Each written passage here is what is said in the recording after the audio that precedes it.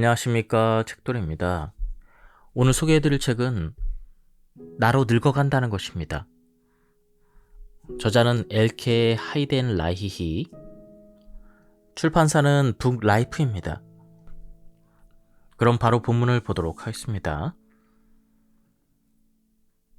나이가 들었다는 건 내게 어떤 의미일까? 잘 모르겠다. 다만 내가 아는 것은 나이 듦을 받아들이고 부인하지 않겠다는 것, 내 나이보다 젊어 보이려고 애쓰지 않겠다는 것이다. 게다가 나는 나이 들었다고 해서 결코 삶이 전보다 가치가 떨어진다고 생각하지 않는다. 착각일지도 모르겠지만 얼굴에 주름이 별로 없다는 점에서 나는 지금 내 모습도 썩 괜찮다고 생각한다. 하지만 가끔 백화점 같은 곳에서 에스컬레이터를 타고 가다가 갑자기 옆거울에 비친 내 모습을 보고 멈칫할 때가 있다. 저기 저 헝클어진 머리에 심술 굳어 보이는 늙은이는 대체 누구지? 그러고 나서 보면 나다. 나는 얼굴에 주름이 별로 없다. 무슨 시술 같은 걸 받은 게 아니다. 나는 아무런 시술도 수술도 받지 않았다. 내 몸에 굳이 필요하지 않은 마취 같은 걸 하고 싶지 않다. 가뜩이나 시력이 안 좋아서 몇 주에 한 번씩 눈에 주사를 맞는데 그것만으로도 싫어 죽겠다. 눈에 주사를 맞는 건 쉬운 일이 아니다. 간혹 마취도 해야 한다. 내 의자가 나를 들썩이 한다. 그리고 살게 한다. 좋은 자세이다.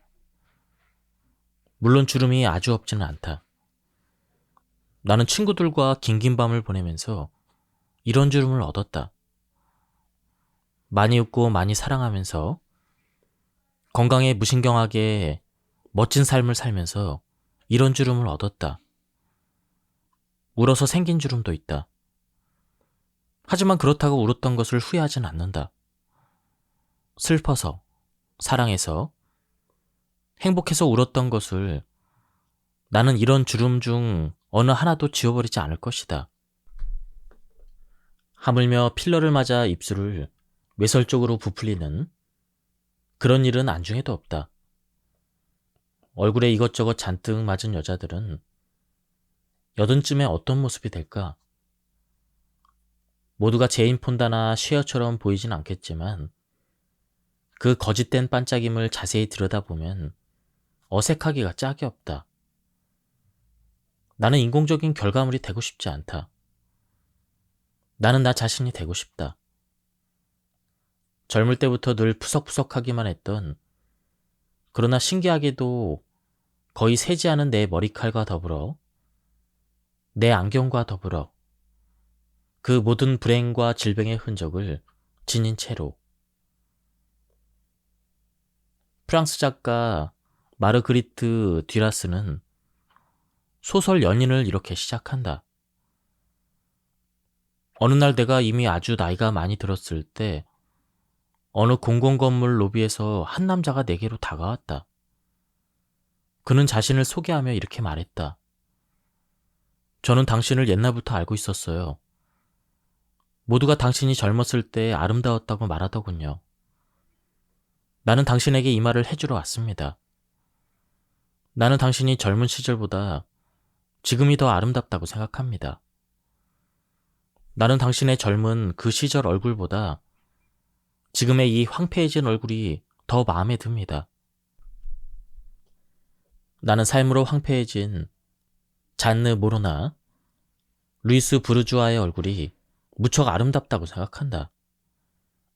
그들의 얼굴은 보톡스를 맞아 뺑뺑해진 뺨을 가진 여자들의 얼굴보다 여러 가지 것들로 빵빵하게 채워진 인생에 대해서 훨씬 많은 것을 말해준다. 우리는 모두 부모 세대와는 다르게 늙어간다. 옛날에는 나이 50만 돼도 늙고 힘 빠진 노인이었다. 하지만 오늘날에는 80세에도 심신이 건강하고 빠릿빠릿하다. 세상은 변하고 있고 우리도 함께 변해간다. 우리는 부모 세대보다 더 오래 정신적으로 민첩하며 양질의 의료 서비스도 누리고 있다. 젊음이란 무엇일까? 20살에 나는 행복하지 않았다. 대학생활과 남자들, 책들, 모든 것이 혼란스러웠다. 당시 나는 가구 딸린 단칸방에서 지냈다. 강아지도 정원도 고양이도 마음을 둘 수 있는 장소도 없었다. 아직 제울도 제대로 나오지 않는 상태였다. 그래도 20살은 최소한 집에서 억눌려 있던 17살 시절만큼 끔찍하진 않았다. 그랬다. 청춘은 좋지 않았다. 그래서 30이 되는 것은 멋진 일이었다. 그리고 40은 놀라운 나이였다. 50에는 멜랑콜리로 가득하지만 놀라울 만큼 초연해졌고 60줄에 들어서는 서서히 진지해졌다. 이때 비로소 다락방에 있던 일기장들과 연애 편지들을 처분할 수가 있었다. 30 이전에는 거의 모든 것이 고통이었지만 60이 넘어서는 모든 것이 선물로 느껴졌다. 눈길을 끄는 핑크색 립스틱을 바르고 다녔던 20대보다 나는 지금 더 강하고 자신감이 넘친다. 20살에 좀 더 영리했더라면 좋았을 텐데 담배도 좀 작작 피우고 좀 더 양질의 식사를 하려고 신경 썼더라면 연애질도 좀 작작하고 그렇게 어린 나이에 결혼을 하지 않았더라면 툭하면 이삿짐을 싸서 거처를 옮기지 않고 좀 더 조용히 지냈더라면 좋았을걸. 나는 영리하지 못했다. 삶이라는 것에 딱 뛰어들어서 뭘 제대로 알지 못했다. 1963년 4월 25일에 쓴 일기장에는 커다랗고 거친 필체로 난 도대체 뭘 원하는 거지? 이렇게 쓰여 있었다. 오늘의 나는 내가 원하는 걸 알고 있다. 나는 지금 내가 뭘 원하는지 알기 위해 필요했던 모든 것을 경험했다. 나는 주의 깊게 깨어 있고자 하고 세상의 증인이 되고자 한다. 그러나 더 이상 모든 걸 책임지지 않으려고 한다. 그 무렵 나는 어릴 적에 읽었던 괴테의 젊은 베르테르의 슬픔을 다시 읽었고 베르테르가 친구 빌 헬림에게 써서 보낸 말을 일기장에 적어 놓았다. 내가 바보만 아니라면 더할 수 없이 멋지고 행복한 생활을 할 수 있었을 텐데 사람의 마음을 즐겁게 하는데 지금 나를 둘러싼 환경만큼 아름다운 조건들을 갖추기도 쉽지 않을 거야. 행복이 마음에 달려있다는 것만큼은 분명한 사실이네. 20살. 마음은 미성숙하고 우유부단하다. 뭔지 모를 동경으로 가득해 행복할 때도 행복하다는 걸 느끼지 못했다. 나중에 행복을 잃어버리고 나서야 비로소 예전에 행복했다는 걸 깨닫는다. 네덜란드 작가 마르 흐리트 더 모르의 소설 나는 행복한 여자였다라는 기발한 문장으로 시작한다. 이제 나는 행복이 우리가 절망적으로 추구해야 되는 어떤 상태가 아니라는 걸 알고 있다. 행복은 늘 순간이라는 걸. 나는 그 순간을 알아차리고 누리는 법을 배웠다. 인생의 행복은 행복한 순간들의 총합으로 이루어진다. 지금의 나는 이런 행복에 20살 때보다 훨씬 더 가깝다. 아, 정말이지 청춘이 좀 나중에 우리가 좀 더 영리해지고 나서 찾아온다면 좋을 텐데 말이다. 나는 청춘을 남자애들에게 낭비해버렸다. 학창시절은 끝이 없는 듯 했고 대학 시절은 무진 힘이 들었다. 지혜의 탑들은 무한히 먼 곳에 있었고 돈은 없고 쥐꼬리만한 급료를 받고 아르바이트를 했다. 대학교 기숙사는 열악했으며 세미나 과제는 힘들었다. 1968년은 아직 그랬다. 그렇게 살다가 어떤 직업을 갖게 될지, 언제 비로소 직업을 갖게 될지는 불안했다. 그러고 나서 설레는 프리랜서의 삶이 이어졌다. 제대로 세어봤더니 나는 23번이나 이사했다. 8도시에서 23개의 집을 전전했다. 그때마다 다른 파트너들, 이별과 새로운 시작들, 정말 고달픈 여정이었다. 몇천 권의 책을 꼽기 위해서 그 시간 내내 이케아 빌리 책장과 함께했다. 이사할 때마다 새 집에 맞춰서 책장을 톱질하다 보니 어느 순간 책장은 더 이상 옮길 수 없는 상태가 되어버렸다. 지금 쓰는 책장은 목수가 짜준 꿈의 책장이다. 늙어서 적절한 때에 그런 책장을 갖게 되었다. 나는 뿌듯한 시선으로 그 책장을 바라본다. 아주 멋지다. 높고 간격도 적절하고 튼튼하고 위에서 조명이 들어오며 사다리가 있어서 높이 있는 책들도 꺼낼 수가 있다. 나는 왜 이런 행복을 70을 훌쩍 넘기고서 누리게 되었을까? 70이 넘어서야 비로소 그렇게 할 수 있는 시간과 돈이 생겼고 수천 권의 책을 죄다 꺼냈다가 다시 꽂을 용기가 생겼기 때문이다. 병마가 나를 비껴가진 않았지만 나는 그런대로 병을 잘 이겨냈다. 어린 시절부터 아픈 게 뭔지 잘 알고 있다. 그래서 거기에 매몰되지 않는 법을 배웠다. 누워있다가 심호흡을 하고 일어나서 계속 살아가기. 나는 종종 죽음과 조우했다. 친구들도 죽고 키우던 동물들도 죽었다. 강아지들과 고양이들을 비롯해 많은 이별이 있었다. 그리고 언제나 새로운 시작들이 있었다. 지금까지 그래왔다. 80살이 되면서 다시 한번 강아지를 입양했다. 그리고 내게 무슨 일이 일어나면 그 강아지를 어떻게 할지 미리 조율해 두었다. 나의 가장 친한 친구는 나보다 20살이 어리다. 나의 모든 친구가 나보다 어리다.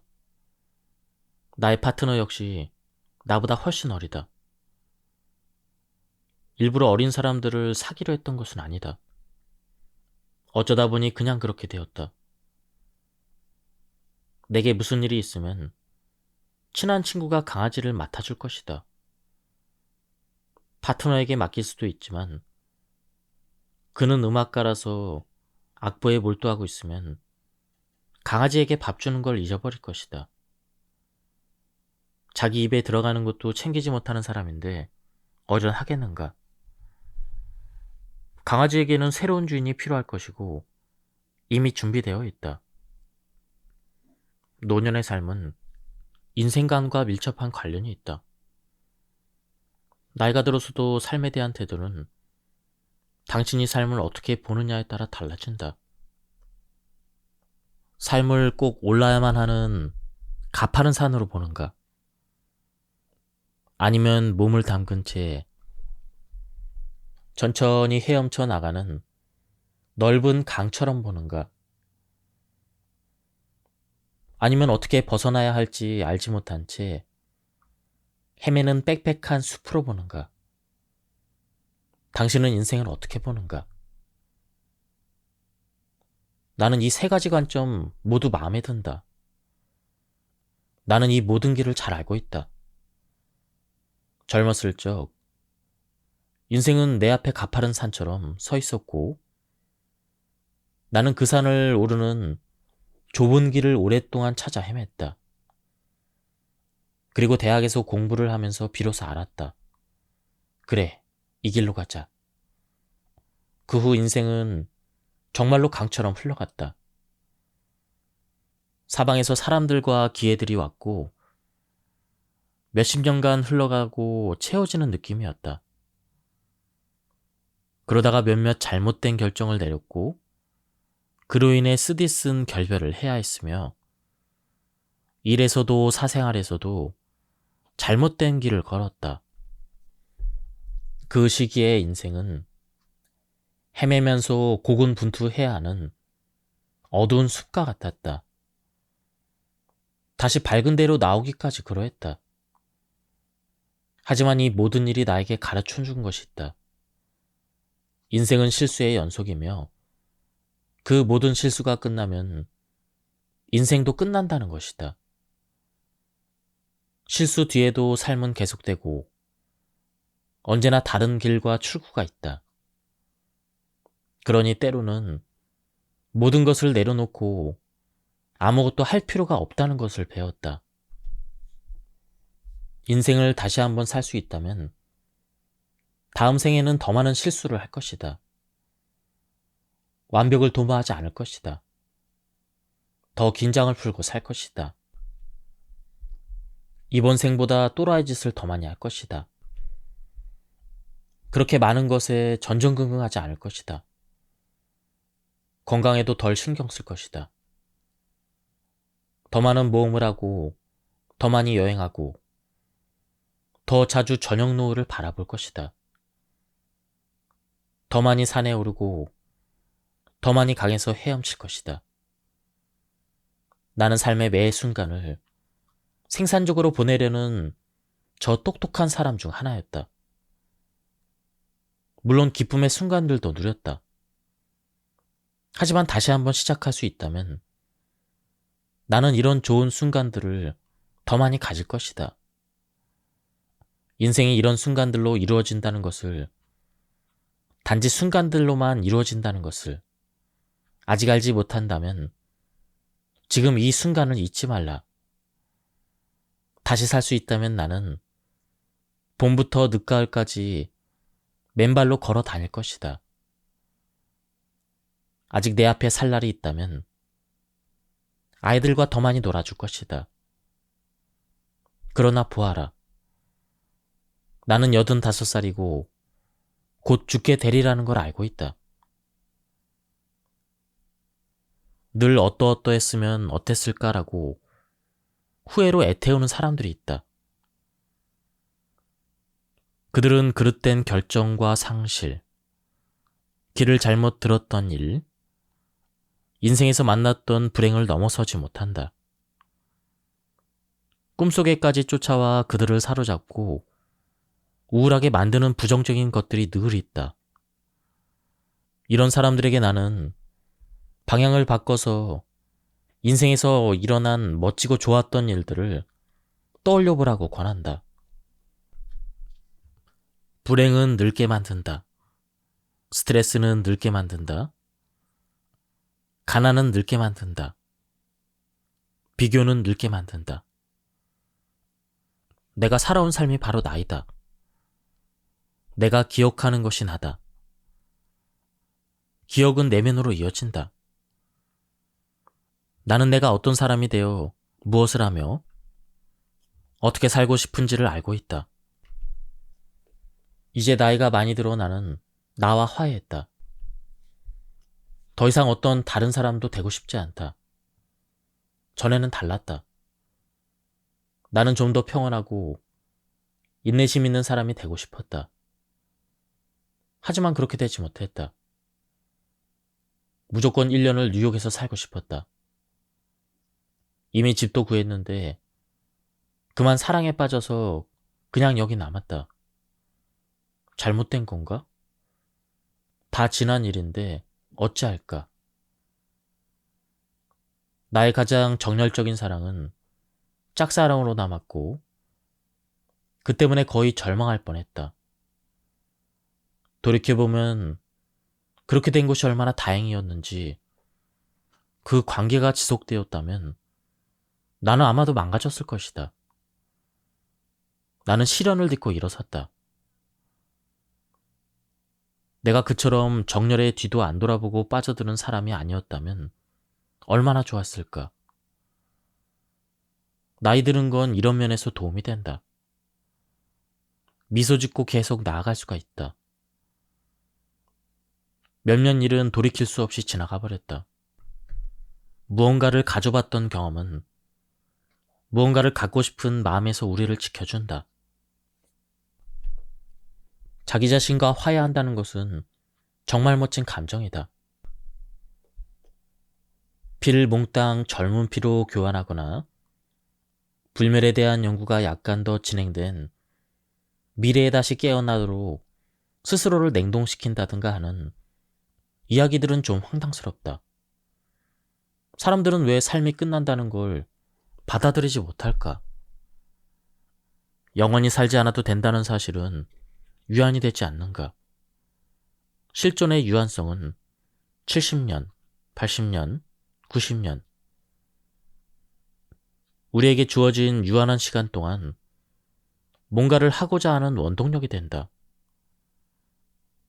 언젠가 우리 모두 죽는다는 사실은 언젠가 내게 삶의 자극으로 작용했다. 애니오 플라이아노는 내 삶은 날 것 그대로의 버전이다 라고 말하며 이렇게 썼다. 다시 한번 새롭게 시작할 수 있다면 몇몇 실수는 피할 수 있겠지. 하지만 성격 때문에 또 다른 새로운 실수를 저지르지 않을까? 아마도 더 미묘한 실수. 가령 지금 내가 저지르는 실수처럼 삶을 좀 바꿔볼 수 있지 않을까 생각하는 교만의 실수를 범하지 않을까?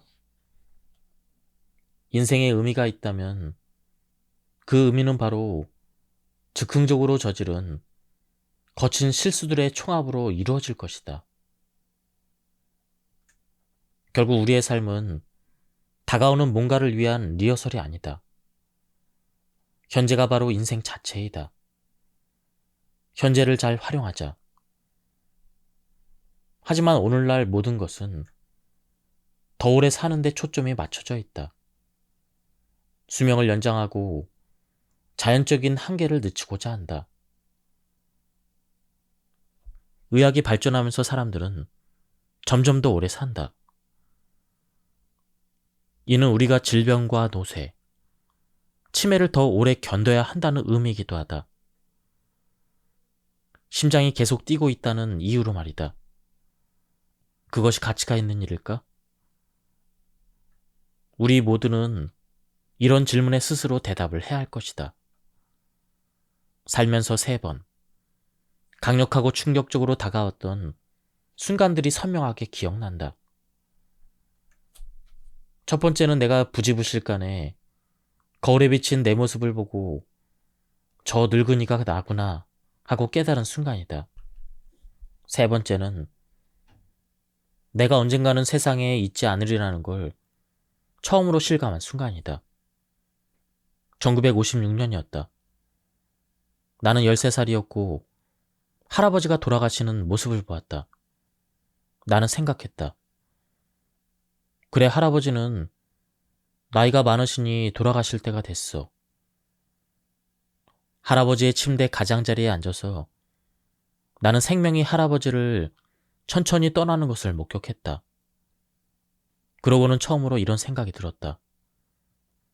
나도 늙겠구나. 나아가 더 안 좋게는 나도 죽겠구나. 그 순간 어떤 차가운 손이 내 가슴을 짓누르는 듯한 느낌이 들었다. 죽는다는 생각을 하는 건 끔찍해서 사람들은 그것을 밀어낸다. 하지만 세월이 흘러가면서 그런 생각은 끔찍함을 잃어버리고 노년이 되면 그런 생각은 갑자기 위로가 된다. 나는 이제 그런 생각이 친구처럼 생각된다. 나이가 들면 정류장에서 마구 뛰어서 출발 직전에 버스에 올라타는 일은 언감생심이고 굽이 높은 구두는 더 이상 신지 못한다. 때로는 뭔가를 잃어버리고 뭔가를 어디에 잘 놓아놓고는 어디에 두었는지 종종 기억이 나지 않으며 자꾸 안경을 찾고 열쇠를 찾고 지갑을 찾아다닌다. 게다가 사람 이름은 왜 이렇게 떠오르지 않는지 나는 이런 것들을 그리 방해로 느껴지지 않는다. 17살 때는 이런 증상이 없었지만 나는 훨씬 더 어리석고 화를 잘 냈다. 요즘에는 더 많이 웃고 이제 나랑 엮일 일이 없는 잘생긴 남자들을 스스럼 없이 바라본다. 그럴 수 없었던 시절이 있었다. 이제 나는 그런 시간을 뒤로 했다. 그 시간은 지나갔고 어떤 아쉬움도 없다. 나는 연애를 하는 대신 돋보기를 쓰고 연애 소설을 읽는다. 80이 되니 몸과 장기들이 40이나 50대처럼 말을 잘 듣지 않는 건 사실이다. 여기에 적응을 해야 한다. 약간 덜 움직이고 조금 더 느리게 움직여야 한다. 나이가 들면 잠을 잘 이루지 못한다. 우리는 밤에 말똥말똥 깨어서 이런저런 생각을 곱씹는다. 다른 나이 든 이들과 이야기를 해보니 다들 그렇다고 한다. 우리는 밤 3시에서 5시 사이에 눈을 떠서 한참을 깨어 있는다. 물론 잠들기 위해서 뭔가 조치를 취해볼 수도 있을 것이다. 하지만 나는 이런 시간을 활용하기 시작했다. 나는 속으로 헤아려 본다. 그간 내가 얼마나 많이 이사를 다녔지? 몇 집을 이사했고 그 집들의 주소를 다 외우고 있나? 동물은 몇 마리를 키웠지? 이름은 뭐였지? 시를 암송하거나 다음 열흘간 무엇을 할지, 지난 열흘간 뭘 했는지를 생각한다. 그러다 보면 다시 까무룩 잠이 든다. 깨어있는 걸 고통이자 잘못된 일이라 여기지 않으면 그 시간도 아주 좋을 수가 있다. 밤에 따뜻한 침대에서 발치에는 강아지가 누워있고 밖에서는 비가 내리는 소리가 들린다. 올빼미 소리도 들린다. 아주 그윽하고 아늑하며 평화롭다. 잠이야 모자라면 오후에도 잠깐 눈을 붙일 수 있지 않은가. 나는 늙은이이고 8시에 출근하지 않아도 된다. 하지만 잠이 오지 않는 밤에 걱정과 두려움이 커지는 것은 사실이다. 통증도 더 심해진다. 우리는 나이 들어가는 현상에 맞서 긍정적으로 사고할 힘이 필요하다. 독일의 철학자 블로우는 희망의 원리에서 몸이 쇠약해지는 과정을 이렇게 적었다. 몸은 더 이상 예전처럼 빠르게 회복되지 않고 뭘 해도 힘이 2배로 든다. 어떤 나이에도 우리는 뭔가를 잃고 또 뭔가를 얻는다. 유년 시절에 우리는 세상을 알아가기 시작하면서 동시에 차츰 천천히 매력을 잃어간다. 청소년기에 우리는 첫사랑의 아픔과 신체 변화를 겪지만 이를 감당할 수 있는 힘도 선사받는다. 성인기에 이르러 우리는 직업적인 성취를 하고 생활 방식을 확립해 가지만 경쾌감을 잃는다. 그렇게 노년까지 계속된다. 노년도 나름의 제약과 함께 유익을 동반한다. 이 모든 것은 순환이다. 순환이 우리의 삶에 의미를 부여한다. 탄생으로 순환이 열리고 죽음으로 순환이 맺어진다. 장기로서의 심장은 늙어간다. 하지만 상징으로서의 심장, 감정이 깃든 심장은 늙지 않는다. 프랑스의 소설가 줄리엔 그린은 일기에 이렇게 적었다. 이틀이 지나면 나는 97세가 된다. 중요하지 않다. 난 여전히 16살 적 심장을 가지고 있다. 여전히 그때처럼 반응을 하고 있다. 내 모든 추억들이 손에 잡힐 듯하다. 사랑의 시간은 존재하지 않는다. 그렇다. 민감하고 열정적이고 공감하는 마음을 간직하는 것.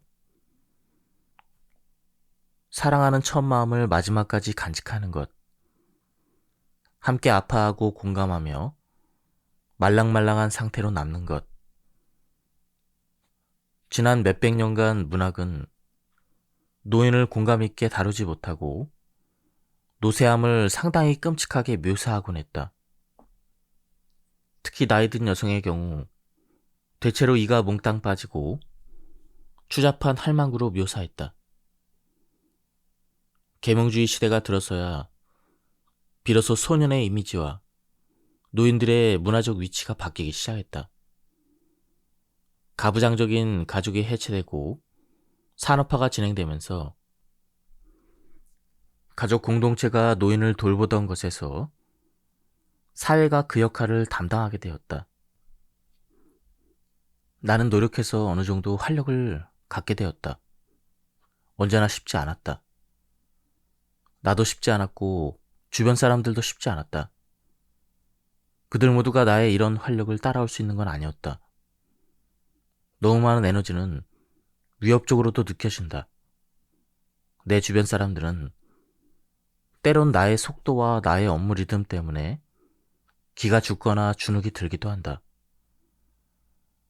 하지만 나는 그들도 나처럼 하기를 요구하는 것이 아니다.